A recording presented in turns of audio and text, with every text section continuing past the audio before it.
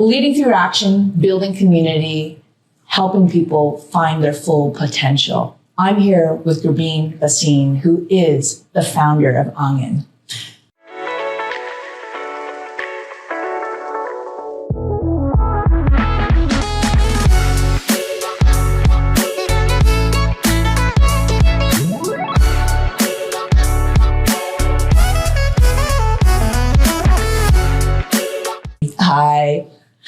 Hi. We've known each other for so many years, decade, well over that. Almost two, I would say. Almost 2 decades. Yeah. And what brought us together was the sense of building community. Yeah. And you've started an initiative since 2000 and it's grown. It's over 23 years old now. Yeah. So I'd love you to just kind of like jump in, talk a little bit about yourself, and then I'll pull out more of the awesomeness of you. Oh, thanks, Lee. Thank you so much. And thank you so much for doing this great work and shining a light on positivity, because that's what the world needs right now. So thank you. Thank you so much. My journey is a humble journey, really, and it's about following passion and truth. I realized when I was doing my second master's degree in social work and social policy specifically, that the world and the systems were so broken, right? People like me who were budding social workers and others who were before us were begging to do what the world needed. Yeah. And they were begging for grants. They were begging for money. And I was like, whoa, this system is just so wrong. We have to flip it. And coming from a business family, I realized that the way to actually create sustainability in a service industry was to actually be able to monetize whatever product or service that entity was able to produce, so that it could be self-directed and independent. So before the word social enterprise existed, I started to embark on that journey and think about how to create enterprise and social impact. And that's, and then using my maternal lineage, which is really about bringing people together in a community sense, from my great-great-grandmother passed to grandmother, passed to mother. And then to me, it was about opening the doors and making it real and making it a home. Yeah. And that's what Aangen means in Sanskrit. So Aangen is the courtyard of a home where the family gathers. And that's what I endeavored to start 23 years ago. Well, I mean, you actually started it in your home. It is true. For the past 15 to 16 years, Aangen lived in your home and you created that space to do it. Yeah. So let's talk a little bit about those humble beginnings of Aangen. Yeah. I mean, why would we rent outside when, we were able to literally divide our house in half, and make it so that it was accessible. And that was part of the dream of starting it in a humble way and actually infusing the feeling of home into the very fiber of what we were creating. So, when we started Aangen, it was a very humble beginning. It was like, okay, we're going to do a workshop on let's say empowerment. We're going to help women who are in domestic violence situations. Mm-hmm. How are we going to generate? And so it took about 10 years, Lee, to actually really, really, really, figure out how to create a generative business that could create social impact. I mean, there was just no question about the social impact, because we were getting calls all day long, every day, about people who needed help. But how were we going to support them without grants, without whatever? And so finally, we did a lot of workshops. We supported a lot of people. We gave space, to people who wanted to lead conversations, do writing workshops, whatever it was, And then we started into farm products. I had a chat with a woman, who was running a cafe in my neighborhood, and she was like, oh my God, Gurbeen, I need farm fresh eggs. That was how our conversation started. And then what happened? How did you get her farm fresh eggs? So it was weird, right? Because my mom had just bought a property up near Loretto in the Caledon region. And I would go up at least once a week to go see her. And there was a little farm right on the road that said, fresh eggs. And so I just pulled in and I was like, I would like some eggs.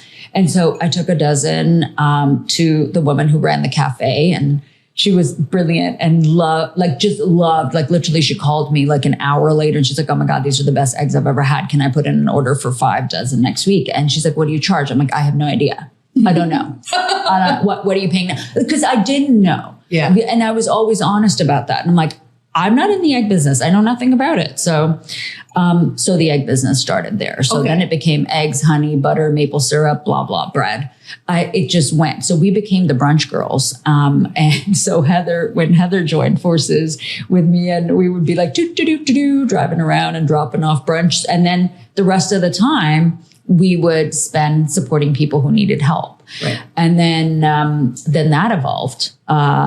Lo and behold, we had a woman who was the survivor of the absolute worst domestic violence. I mean, absolute worst that I've ever seen, that came to us from a community center that knew she needed a lot more help than what they could give. And because they had restrictions from funders, like that were like, oh no, you can do like 8 sessions of therapy. Okay, maximum you can do 10. Okay, maximum is 12. The woman had blown through that, and she was nowhere near like addressing the trauma that she had been experiencing. Finally, I built trust with her. It took me a while. I'm a social worker, but it was a lot of trauma. And then we got her into housing with a housing community service, and she finally, started to feel a little safer. But she kept saying to me, I want my own job. I want my own job. I don't want you paying the bills. I don't want to be dependent on Aangen. Like, not in those words exactly, but the sentiment was that, because she was a very, very entrepreneurial woman, actually, in wherever she came from. Like, she actually ran her own business kind of thing. She's like, I want to work. So, and I knew in the background she had done some cleaning. So when I got this call from that manager who said, Gurbeen, my office cleaner is AWOL. Can you? And we both went, oh my God, in that moment. And literally we got her a job cleaning a tiny little office. Just to start somewhere. But it came through Aangen, and then there was another office, then there was another apartment, then there was hallways. That's a whole branch now, right? Oh my God. And then I was like, what is happening? And then she says to me, well, what do you charge? I'm like, I don't know what to charge you. Like, I've never done this in my life. Like, I don't know anything. So we would assess together. And she's like, well, I think, this is what we pay the other company, and they're just not doing a great job. So why don't we do a little bit, blah, blah, blah. So that's how we started a cleaning department. I know nothing. I know nothing about farm. I know a little bit more than I did when I started. Obviously, I know more about eggs than anybody really should. But then I learned more about cleaning, and I was like, okay. And then she called me and she's like, there's this guy who's going to get evicted. Can you give him a job? I'm like, can you keep giving me jobs? Because I could give him a job.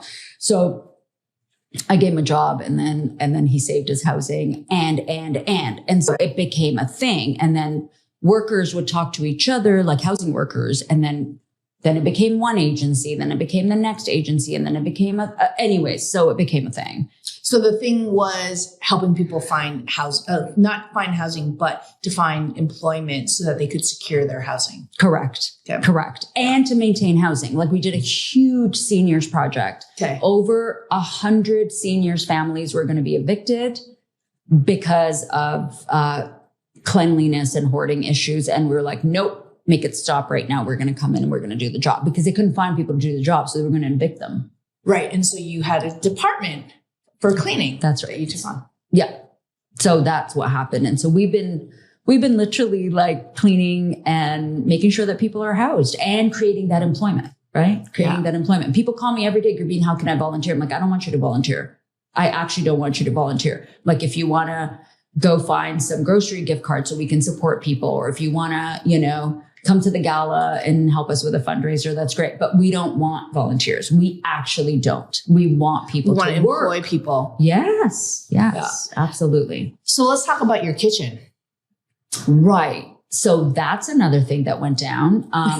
What hasn't gone down? I know. It was like, the world just kept evolving, and we kept evolving with it, I think is what went down. So we were cleaning a particular shelter-ish, kind of like makeshift for the city of Toronto with conjunction with another housing agency. And then the respites had to come to life because you remember that winter of 2018, which was extremely severe. And there was many, many deaths. And I got this call, no word of a lie, like literally January 2nd, when we all came back to work, Gurbeen, we need food and we need it now. So I went running to the Better Living Center saying, what is happening? And Lee, you know this about me. I'm a survivor of war. I literally am a refugee to this country. We escaped Iran not once, but twice, through war-torn circumstances. I've had guns held at my head. I mean, the whole nine. And I know what a war zone looks like. But when I walked into that Better Living Center that day, I was like, oh my God. Like, I've never seen anything like that. It was hell on earth, and not to anyone's fault. It was just, there was so much to do in such a short amount of time. So when I got that 911 message, Gurbeen, we need food and we need it now. Do whatever you can do to make food happen and appear. I didn't even hear the second part, which was we need 350 breakfasts, 350 lunch, right, 350 dinner. And that completely didn't even enter my consciousness. But then when I turned around, I'm like, how much? And then I was like, oh my God. Oh, okay. That's a lot. And I was like, how are we going to do this? But I knew we were delivering to restaurants and cafes. And I knew that I could access important information to run a program of that magnitude. Yeah. And so I just said, just count on us. We'll do it. I didn't know how I was going to do it. But you believe. You're a believer. Every time we have met, it's been putting it out into the universe, and then the universe responds. The universe responds, and boy, does it respond. I called everybody, and I'm like, at least I know we've got eggs and bread and butter that we can serve. I don't care, but people will be fed, and they'll be fed well. Anyway, so I called everybody, and literally within not even a week, I hired maybe 12, 15 people additional. So our staff complement doubled literally overnight. And then I needed a kitchen. I didn't even have a kitchen. I took the contract. I didn't have a kitchen. I love this. This is the real deal. Yeah. You don't even want to know. I got in so much trouble for that, but whatever. It is what it is. So I called the city of Toronto. I'm good friends with Anna Bailau, who was our deputy mayor. And I'm like, Anna, I need a kitchen and I need it now. She's been my counselor for years. Yeah. We developed a friendship, just people develop friendships. And I was like, I need a kitchen so bad. You don't understand. And she helped. She was like, there's some underutilized, programs. Let's just get you guys in there. We'll do what we can. And everybody was on high alert. So we got a kitchen from the city. No word of a lie, within 8 working days. And we were in there and we were cooking and cooking and cooking and cooking. I myself have chefed over 1,000 meals a day, and I know what it takes to do that. And it is not easy, but by God, our standard, Lee, was if I'm not serving this to my family, it is not going out the door of this kitchen. And that says a lot. That is the only value that matters. Yeah. I'm going to feed people exactly what my family would eat, and not one iota difference. Yeah. I ate the food. My team ate the food. The people at the shelters ate the food. We were all in it together. And please know, people have incredible misconceptions about who's in shelters. These are people, many, many people who are working poor, many people who just can't afford housing. Yes, there are people who may have some addiction issues or mental health issues. That's cool. That's okay. But a lot of people are people who just can't afford rent. So people really need to understand that this is not by choice. No one, wants to be in a shelter. Nobody wants that lifestyle, actually. Yeah. People want housing. People want to live lives that are sustainable and they can be proud of themselves. I cannot tell you how many conversations I've had with people who are just broken because they can work and maybe have 2 part-time jobs or 3 part-time jobs, and they can't put a roof over their heads, Lee. I know. Something is very wrong with this picture. And we had talked about this just before we went live with how people don't want a handout, they want a hand up. And that is your motto, is to create opportunities for people so that they feel good about themselves. They feel like they're contributors. Yeah. And I think you talking about like, who are the people that are at these shelters? People may have misconceptions if people have not been in those circumstances. Yeah. And I know when I was in high school, as a part of student council in grade 11, we did a trip down to Roy Thompson Hall. And there's the church beside it. And we were there to prepare a meal. And I was like, homeless people. And I had this imagination of what they would look like. And then lo and behold, after we prepared the food and people started coming in, I was shocked and humbled that they looked like anybody that could be on the street. And it put me at a very young age in check about assumptions. Yes. Yes. Good for you for taking It was my that teacher. lesson. And that's it.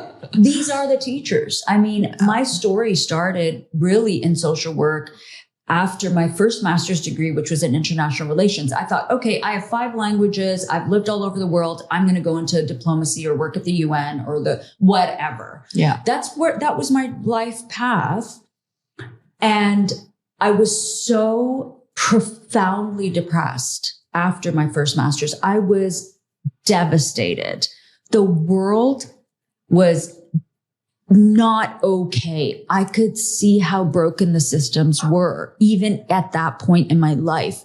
It's all about tide aid. It's never about building the countries so up. Yeah. It's all about how do we manipulate their poverty. And I was like, not on my watch, but I hadn't hit that anger stage. Yeah. I had hit the depression stage of, oh my God, the world sucks and I can't deal with it. Yeah. So a very good friend of mine, who's passed since, but one of my neighbors, and he said, Gurbeen, we're going to go and we're going to volunteer at the Scott Mission. That's what we're doing. 5:00 Saturday morning, I'm picking you up and we're going to go every weekend at 5 a.m. And I'm like, I will not be going. I don't do 5 a.m. No, we're not having this conversation. That man dragged me to the Scott Mission, literally kicking and screaming. He's like, we're going. You need to be here with me. And I didn't know what was going to happen, but I was like, fine. And, had that, 21-year-old, cause I was pretty young, or no, maybe 23-year-old attitude, like, I need to be sleeping. I need to be sleeping. And you're doing this. And here I'm peeling potatoes at 5:00 in the morning, and I'm peeling and I'm peeling. And similar to you, when we went out to serve the meal, I was like, oh my God. Yeah. Oh my God. And I literally sat with clients and experienced that moment of joy. Like that was so far away from my daily life back then, Lee. And I was only 23. I was like educated and had a life ahead of me, and I couldn't find joy. And in that moment of being able to sit with somebody as they ate their first meal of the day and probably their only meal of the day, I found joy. And not because I'm a good person for feeding somebody. No, that was actually not at all even in my consciousness. What I found joy in was somebody just enjoying some food in front of them. And it was like feeding their body, but feeding their soul, because we actually had really good conversations. And it fed my soul. And at that moment, every weekend, it became a ritual. And then I saw people who actually worked at the Scott Mission. I was like, and I come from an Asian family like you. Nobody goes to school unless you're becoming a doctor or a lawyer. And this guy, and I was like, what are you doing here? And he's like, I work here. I'm like, wait, you get actually paid? Like, or are you volunteering? He's like, no, I'm paid. And I'm like, what? What do you mean you're paid? He's like, I'm a social worker. I'm like, what is this? Tell me everything I need to know right now.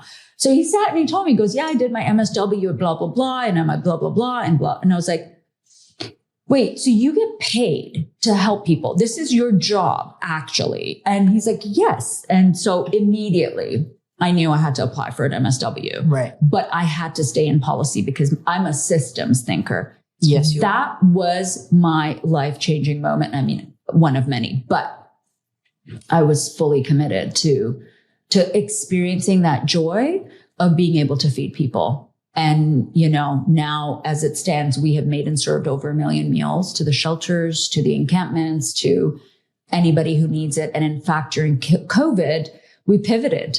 We pivoted hard away from hot meals to dehydration. Okay, so talk to me about this, because this is where we're catching up. Yeah, we're seriously catching up. I mean, listen, here's the thing. Picture this. You're a senior.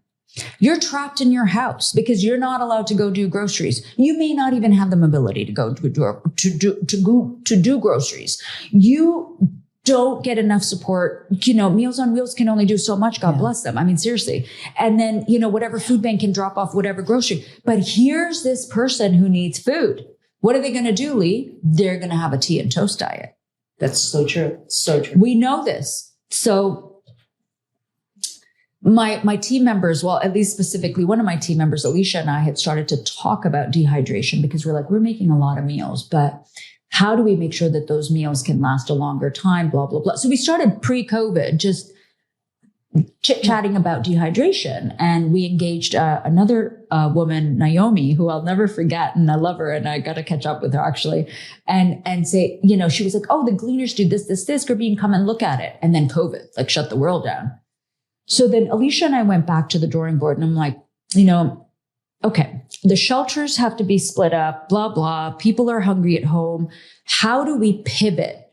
We know how to do food and we know how to do it well. We know how to do food rescue. We can do all these things, but how do we feed people in their homes and at a time that they want to eat with some food that is healthy and nutritious and good for them and yet tasty? So tall order.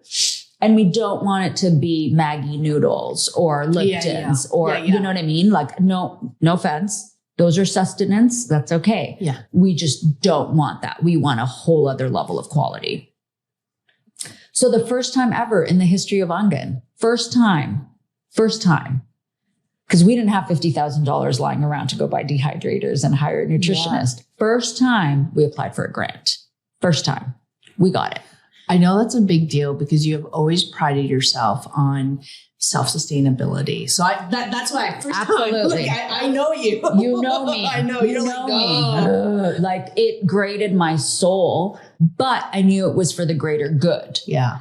So grading, had to balance it. I dealt with it. And I was like, nope, we're going to do this thing, guys. Yeah. But you know what we did, Lee, to level the playing field? We donated over 5,000 meals to the Parkdale Community Food Bank. Why? For two reasons. One, because we don't keep money that's not ours. Never, ever, ever, ever, ever. This is against my blood boils thinking of it. Number two, we wanted people to try it. Number three, we wanted their feedback. You're such a visionary, multi-tiered. Yeah. Try this and tell us how you feel. So Alicia and I met actually because we both sat on the board of the Parkdale Food Bank. And I was like, okay, we actually have a sample size right here. We could try this and see what they feel. And it was hilarious. So we balanced the meals because we know we've worked with populations that are vulnerable for years. We know people have swallowing issues. We know people have vision issues. We know, dental care is a deal. So we balanced it. So the soups could be thickened or more liquid as needed, blah, blah. We partnered with CNIB to get the visual impact on the labels. I mean, on. I'm the current president of the Toronto Doctors Lions Club. So I had a lot of doctors that gave me feedback, which was great. Awesome. And literally it became a thing. And, so people loved the recipes and we balanced it again for high cholesterol, diabetes and, high blood pressure. So those three things we took in because those are the most common. So true. And we right away, we balanced it exactly for that. So when they went out the door, so we had, red lentil coconut curry soup, which is so good. I know people love that, and they also love the split pea because it reminds them of home. Yeah. And also the other one, the potato cauliflower leek. I mean, it's just right.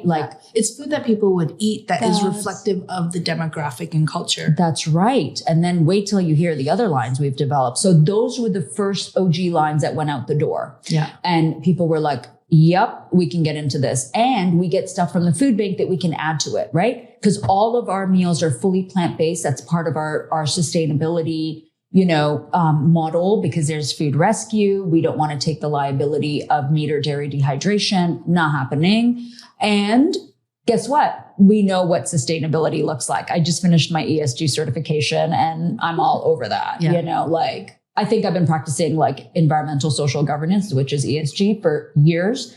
And now I just have some paper to show it, But the reality is people were like, oh, hey, this is a thing. We can get behind this. Then we went to the encampments. We made sure people had food there. Then we went on and on. Okay. So it got to a point that we kind of realized that we created something that the world needs. And that's kind of where we're at right now. So then we talked to our kitchen team and said, because then the food bank came back and said, we love this. Can we apply for funding so that you can feed us and our people for the next 5 years? And we're like, yeah, because we're not applying for it, but we're the supporting, So they got the funding. We got it in partnership. And so for 5 years, we're now committed to feeding the food bank and others, of course, many others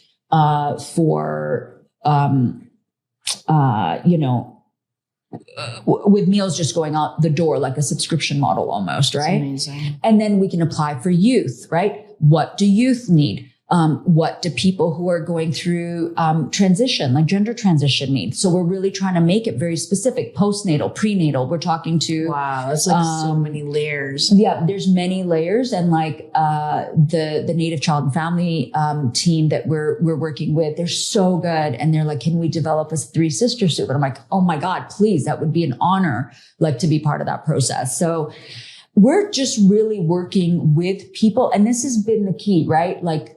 And our team is involved, right? So I'm like, okay, guys, make things that you love in your home. So we came up with, the original thing was called Spanish rice and beans, but now it's called Tex-Mex rice.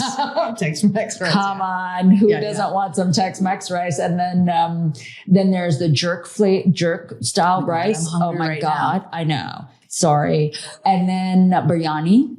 Veggie biryani has come, and then veggie chili has now arrived as well. So we've got 4 dinner offerings, 3 lunch offerings, and then just off the R&D shelves is breakfast offerings. So 2 offerings of granola that you don't even have to rehydrate, 2 offerings of oatmeal that you can rehydrate overnight in your own fridge, like overnight oats or hot chocolate oats, so hot water, cold water doesn't even matter.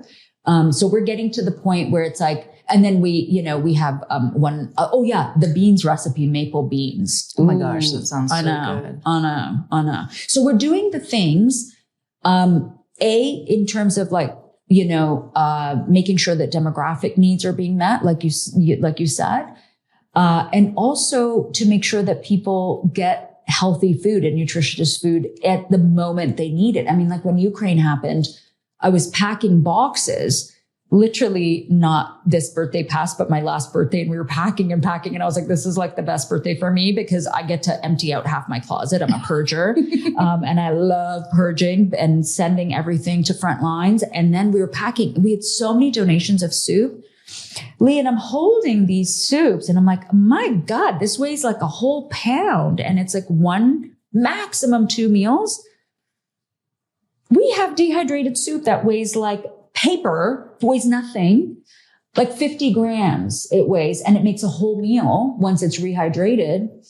And why don't we send these?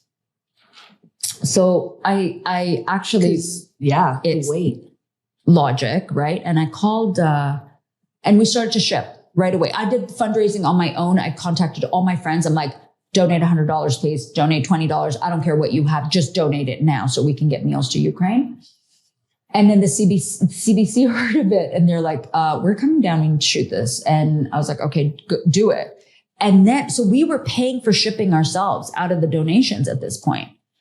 Then they connected me with Rahul of Global Medic and they're like, Gurbeen, bring it. It weighs nothing. We're going to ship it for you for free. And I was like, yes, please. So thousands of meals were shipped to Ukraine immediately with the help of Global Medic and And the feedback we got, Lee, was incredible. The doctors at the Poland border and also like across into Ukraine, they were like, this is exactly what we need. The patients that we have, the people that are like really injured and stuff, like we don't have to do anything. We just feed it to them because it's so well nutritionally balanced and it's easy to make. Please keep the pipeline open on this. So I think our trajectory on this one is actually very global, and with the work that I've been doing in Nigeria, with the Global Joy Villages there and buying the farm, my God, we can just change the whole trajectory of food security. That would be so, I know it's going to happen. Anything you set your mind to materializes. And I think one part too, that you've been talking about all of these initiatives, I do believe you are at the core of it. It is your ability to pivot, your ability to pull on connections, and the belief like, if I build it, they will come. Mm-hmm. And even that story about like, okay, we're going to do the shelter. Wait, I don't have a kitchen. Like this is why I like so gel with you, because you have the spark and you're like, yeah, we'll just figure it out. And it really is uplifting because there's so many people. You're like, I know lots of people who want to help. Mm-hmm. Or they'll find the people, right? Like you put into the universe and the universe responds. And this is such a celebratory story. It's exactly like, I was like, what's happening in this world? We need to celebrate and the champions and to be able to support you, right? Like, and help. And you're like a machine that brings everybody along. Like you're definitely one of these people that kicks the door open and says, okay, everybody, let's go. Right. And then you like run right through and we need more of you. Oh, thank you. Thanks, Lee. That means a lot, cause there's days that I'm like, oh my God, like just let's go. Let's just go. And the team, they're so good. They're so good. Cause they know I'm like a wild horse constantly running like in the direction that I know we're going to. And they're like, okay, we can't run all 5 departments in like this direction. So you're just going to have to focus on the one thing. And I'm like, fine. So I focus on the one thing and then I do the one thing. But, to be honestly, like we were smart about this in the sense that we closed 2 departments to actually focus on this one department because it's so food related. COVID happened and farm products, like people just like the cafes were gone. Yeah. So 60-80% of our business was gone right there. Right. And then we started to supply like food banks. We started to supply other grocers. Like I made sure that every grocer we worked with was fully stocked so people could access food when they needed it. But then it was like, the restaurants weren't opening, Lee. It was like on, off. And I felt so bad for our partners, but it also impacted us severely, right? So farm products was like dwindling. And then, and then catering, which was, so our most lucrative, right, was catering in terms of like the ROI on how we made things happen was the most lucrative. But it was like, we couldn't focus on that and then pivot to dehydration at the same time. So we had like some contracts and I was like, okay, at the end of these contracts, we're making the decision together with the board, of course, to collapse these 2 and focus on dehydration so we can pool our resources, you see? Yeah. So that's what we did. So we kept cleaning and we kept dehydration. And then lo and behold, I emerged as a public speaker because it started to become a thing. Because people are like, dude, come and tell us, come and talk to us. And I'm like, I can't do this for free. I have to generate money. I have 100 employees now. Yeah. Right. That was my next question in terms of the growth, right? And employment. Yeah. So we now have about, 100 plus minus employees because that's who we are. We're making sure that people are sustained. We're making sure people are thriving. Half of those also work at, there are employees, but they work at a housing agency, making sure that, they're cleaned and food prepped and all those things. But we make sure that they're taken care of on an employment level. And the rest of our teams are, divided between ops and cleaning and all dried up, right? It's so amazing. Okay, so I'm totally excited by what you're talking about. Yeah.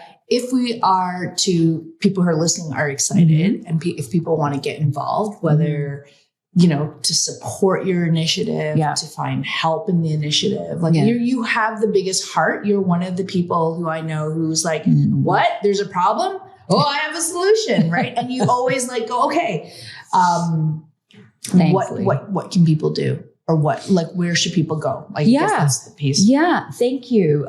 So our website is Aangen. So AANGEN.com. Always you can go visit there. You can get involved. You can become a monthly donor. We are not a charity. So let's get real about that. First and foremost, we're not a charity. Yeah. So you're not going to get a receipt, but if you own a business and we can promote you, like you're a real estate agent and we can promote you, then you get a promo receipt, because legit, that's an advertisement, right? Right. Or you can follow us on social.